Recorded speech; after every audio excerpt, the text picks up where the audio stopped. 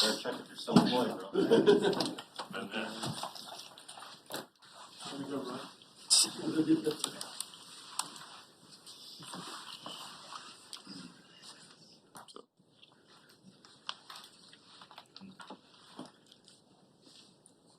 Justin, it seems like throughout last season, it took you guys a little bit of time to figure out your offensive identity, like towards that second half of the year. Now that you're year two in Luke Getsy's system, do you expect to have a better idea of what the identity of this offense will be week one, or do you think new team, new year, we'll see as it goes? I think a little bit of both. I think, we did find our identity, like you said, a little bit into the year. But, I think we know what we want to do on offense, and we know what we want to get accomplished. And, of course, we're going to continue to improve throughout the year as the year goes along. But I think kind of what you said is going to be a little bit of both of, we do have new players on the team. So going to have to find, this new team's identity. But, we already kind of do have an identity set in place from last year. So definitely going to roll with that too. Justin, after all the preseason and the training camp, how anxious are you to get into the real playbook and do the things that maybe you guys haven't been able to do in the preseason games? I'm ready. So ready to go. It's going to be fun. Justin, your second game last season against Green Bay was one of your more complete outings of the year. When you go back and look at that, what do you see? What jumps out to you in terms of what created some of that success and momentum? I think the O-line did a good job, protecting that game. We had a lot of explosive plays that game. We did pretty good on third down too. So really just all you need to be successful in a game. Explosive plays, great protection from the O-line, and situational execution. Third down, go zone. That's what we're going to have to do to win this game. And, if you do that every game, then you're going to, pretty much have a good game. So, Justin, I've got two questions. First, how does the talent that you guys have in the tight end room and kind of the mix of guys with different abilities allow you to attack offenses this season, specifically maybe in 12 personnel? Yeah, we can do a lot of different things with, our tight end room. Some teams, they put nickel out on the field versus, 12 personnel, and some teams keep out base. So, just personnel matchups, with, the guys that we do have in the tight end room, just getting certain matchups that we, might want. If a team does leave with certain personnel, when we do have that 12 personnel out on the field, that'll give us the matchups we want. So, just little stuff like that. And then, as last season went on, and I understand every opponent's going to be a little bit different and have a different strategy, but did you see any shift in how teams generally try to defend you in terms of maybe man coverage versus zone? No, I think it was just really just team dependent, what their kind of main thing was. So, some teams went more man and some teams went more zone. So, regardless, just got to look at the defense and just react to what they do. How do you view the challenge this year of defenses will very likely focus and make a priority of trying to keep you in the pocket and make you win that way until you show consistently that you can do it? So how do I what? How do you view that? Do you view that as something that you could take advantage of maybe, or? Yeah, that's fine with me. It is what it is. At the end of the day, like I said, we look at the defense and react to it. So, whichever way we got to beat them, that's the way we're going to do it. So, yeah. I know you just want to be the best version of your own self, but are you at all motivated by this idea that, the throne of NFC quarterbacks is now kind of vacated and it's open for whomever wants to come claim it and reign for the next 10 years? You said, are you at all motivated by that? Like, Ham's gone, and now you have the potential to step up and be the quarterback in the North. Does that motivate you at all?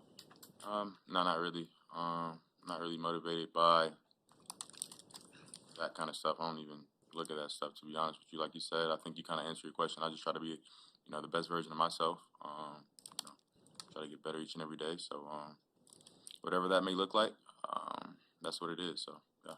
Justin, how do you view the opportunity this team has, though, to gain an edge back in this Packers rivalry? So, how do I view it? Can you ask the question again, please? How do you view there's a big opportunity here. This team hasn't won back-to-back against the Packers since 2007. Since Favre, I think, was a backup. How do you view the opportunity to kind of level the playing field between the Bears and the Packers in this rivalry? Of course, it's a big rivalry, but, it's game one. It's the most important game of the season, so not really looking back towards history. I'm looking to now. So like I said before, we got a different team this year. Last year that was last year, so it's a different year. But yeah, I mean we don't worry about. We don't really care what happened in the past. That doesn't affect what's gonna happen on Sunday. So we're just looking to go out there, play our best, and put our best foot forward. Justin, with the upgraded talent around you, is there a different level of confidence heading into this season as to what you guys can accomplish? I think so. We have a lot of great players around us, but I mean, at the end of the day, no matter who's on the field, you got to go out there and execute. Go out there and do your job. Everybody has to do it. So it's going to take all 11, and as long as we do that, we'll be in good shape. Justin, with Mercedes Lewis, is he someone, have you picked his brain a little bit? Have you learned kind of some stuff from him since he's been in the league for so long? Yeah, I mean, for sure. I think since he's been here, he's talked to the team multiple times, and it's kind of given his advice on how long or why he's been in the league for how long. And I think what makes him different than most players is his mindset. How he attacks every day. So it's definitely great having him on the team, and just being able to share his experiences, his kind of tribulations through the years of him being in the league, and just learn from him. So it's been good. Justin, what did you see in training camp and the preseason that most told you the most that this team is ready to take that next step, this offense, and then from the start? Just our mindset. How we come in every day, creating that championship mindset, and what we want to do. Competitive greatness, and just little stuff like that. So yeah. You and Jordan have trained together, hosted camps together. Say what? You and Jordan Love have trained together, hosted camps together in the offseason. What is that? Can you speak to what that relationship is like off the field, and then maybe what you're kind of telling the defense what they can expect on Sunday? I mean, I don't really study their offense too much, but of course, Jordan is a great guy off the field, and of course, he's a good quarterback too. So we don't just text every week or anything like that, but we are cool. We're friends and stuff like that. So yeah. But in terms of scheme and stuff like that, I'm not about to go tell the defense what to expect because I have no idea what their offense is going to do. So yeah. Justin, you've been around Cole for a couple of years. What in your mind makes him most valuable, both from a talent standpoint and from just kind of the persona and leadership approach that he has? Yeah, I mean, as a leader, Cole's, he's one of the hardest workers that we have on the team, and on the field wise, he can do whatever you need him to do as a tight end. He's a great pass catcher, great route runner. Attacks defenders with speed, and he's also great in the run game too. So he does his job in the run game, blocks. He's very smart. So just all of those characteristics in a player. That's of course what you want in your team. Justin, Jason was asking you about if you need to be in the pocket, if teams are really keying on daring you to beat them throwing. How do you feel about it? How about this? That was your focus going into the offseason. A lot of work on your ability as a passer, footwork, all that stuff. How would you describe your focus on that during the offseason, and how do you feel like as you approach week one, that work paid off for you and prepared you for this season? Yeah, I mean, I feel comfortable with, as far as everything goes with footwork and stuff like that. So, just working hard, doing what I do day in and day out. And, like I said, just getting better each and every day. Whatever the defense presents, whichever way they're going to allow us to beat them, that's what we're going to do, like I said before. So, yeah. So whatever I have to do, for this team to win, that's what I'm going to do, and just go about it like that. So, yeah. Thanks, guys.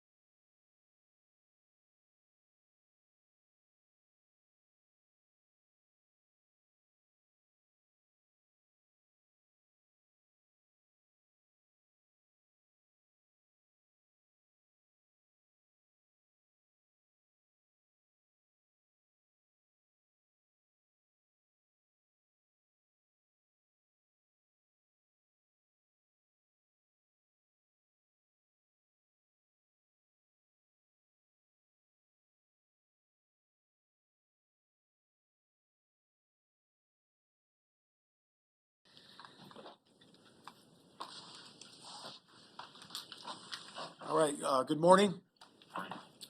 Just getting our preparation here for this first day underway.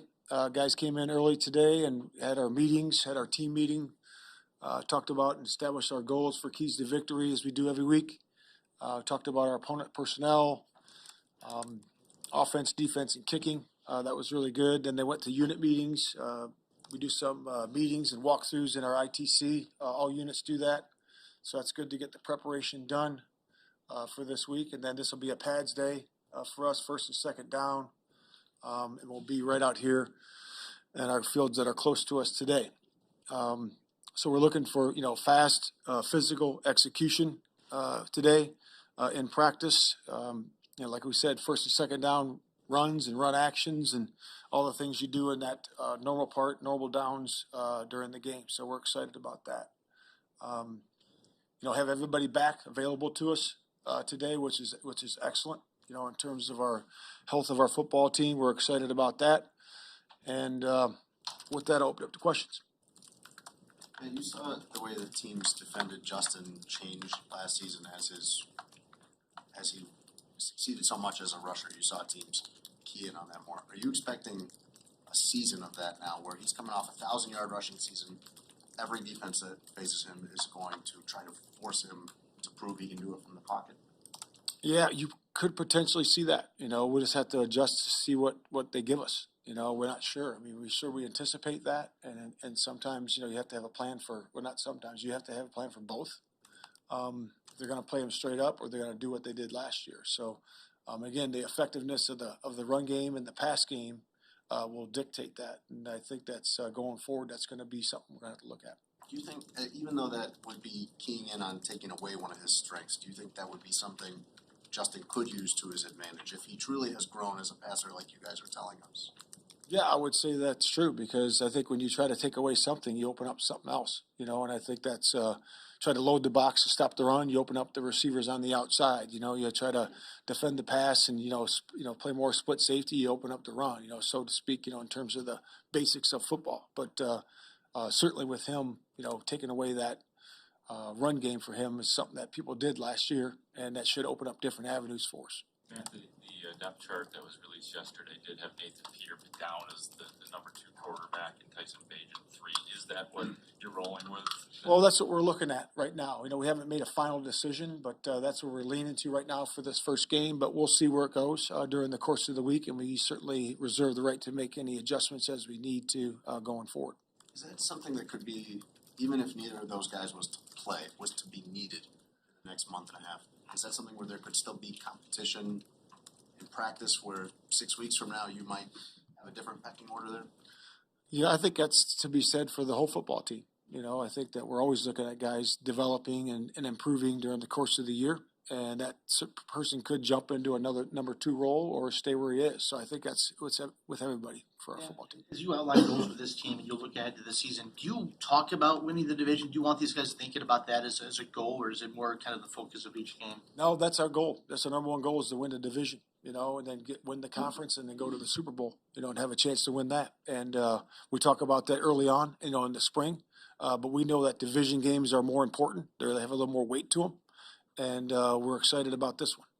We're going to have a lot of new players in here, a lot of young players who have little or no experience with this whole Bears-Packers thing, right? And come Monday morning, win or lose, this town, we're probably going to overreact to whatever it is. How do you focus on this? How do you not make it bigger than it is to your team? Well, I think you have to state what it is. It's a heck of a rivalry, right? It's the best tradition, best rivalry in football, so you got to state that. That's a fact.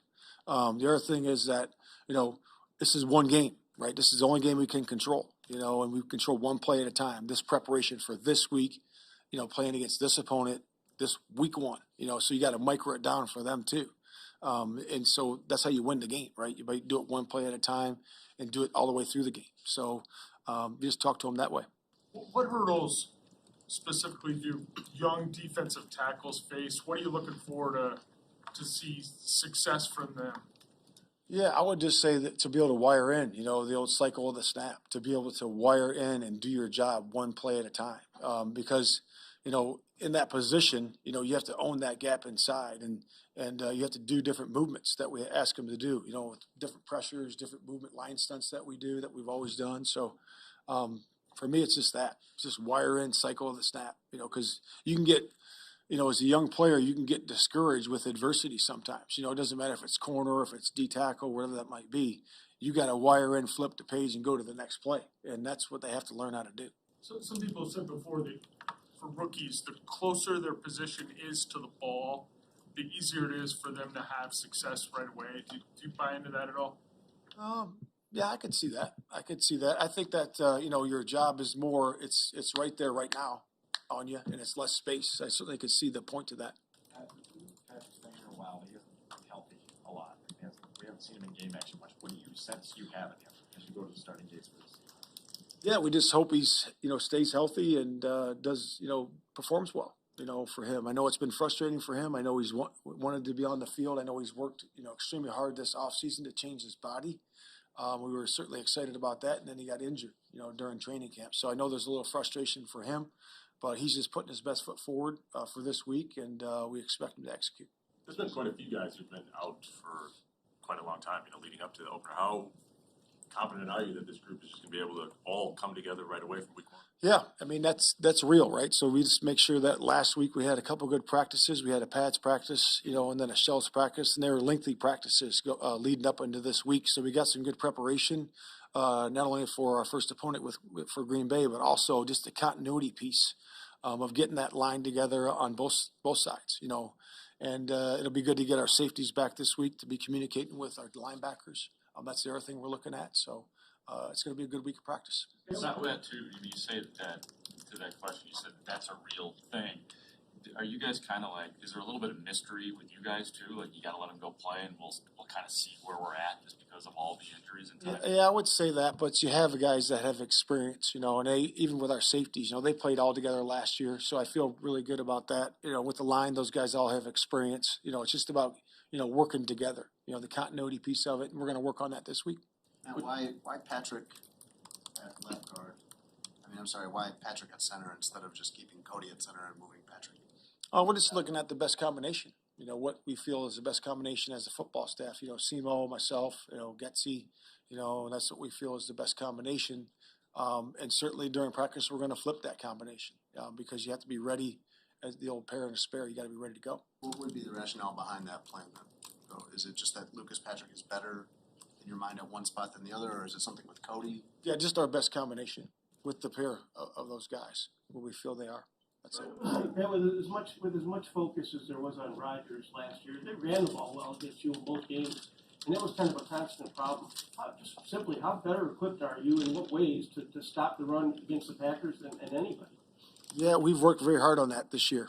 You know, with the defensive tackles, with the defensive ends, with our linebackers, with the style that we're doing and the techniques and fundamentals, and we'll see where we are.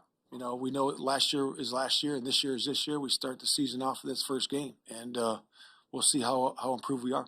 Jordan Love hasn't put much of his scrambling ability on tape in the NFL. I know a little bit here in the preseason, given how big of an asset that was for Rodgers. Like, how do you know how to defend Love in that when he's able to do that versus what Rodgers was like? Yeah, we think Love is very athletic. We think he's got good escapability. You know, he's got the ability to move in and out of the pocket. He's exhibited that when he's been in there, and certainly on his college tape he did too. So, you know, he's a very good athlete. Is that something that you have to go back to, his Utah State tape to watch? You do. You go back and look at that, but you look at some of the things he's done, you know, when he's been in there, and you can certainly see the athleticism there. With Darnell right, are there things from a defensive coordinator standpoint that you kind of can tell him this is the way they might take advantage of you, or what are some things that a rookie offensive lineman's got to know or be ready for? Yeah, I mean, they're going to throw their fastball at him. You know, they're going to definitely do that. They got some good players up front. They got a lot of first-round picks on that defense, and, you know, a lot of them are up front. And those guys are going to throw their fastball, and he's got to be able to, you know, do his thing, you know, in terms of, you know, setting the right way, setting in pass pro, you know, being aggressive but under control in the run game. You know, being able to get, you know, work with the guy next to him, you know, 5=1 in terms of our offensive line. And I'm excited for him. I'm excited to see him play. Kenny Clark is one of those guys up front that does a lot for them defensively. When he's at his best, what makes him difficult to handle? Oh, he's just the get off, and the power, the speed, the power that he has, the athleticism. He's a good run player. He's good on one-on-one matchups, so he's a very good player. We know today's a big day for Jaquan Brisker in terms of being ready for Sunday. What are the things that you're going to be looking for in practice that'll indicate to you, yeah, okay, he's good to go for week 1? Just execution, and I want to see speed. I want to see the speed that he's able to play at, which he's exhibited that the last, workouts and the last, practice that we had. So just excited to see that. And his communication with Eddie and, Kyler and the rest of the defense. And that's been good. So just excited to see him going full speed. What did you expect him to be ready to go Sunday? Yes. Yep. Today's a big day, like we said, but he's looked good all the way to this point. So we're excited about it. What did you learn about being a head coach on game day specifically last year? And are there areas where you want to improve? Yeah, just the game management side of it, and that's what we do, and just helping out the coordinators. That's what we did, last year, and we continue to do during preseason this year, and we continue to grow, as managing the game and helping the coordinators out, and during the course of the week and during the course of the game, and that's where we're going. All right.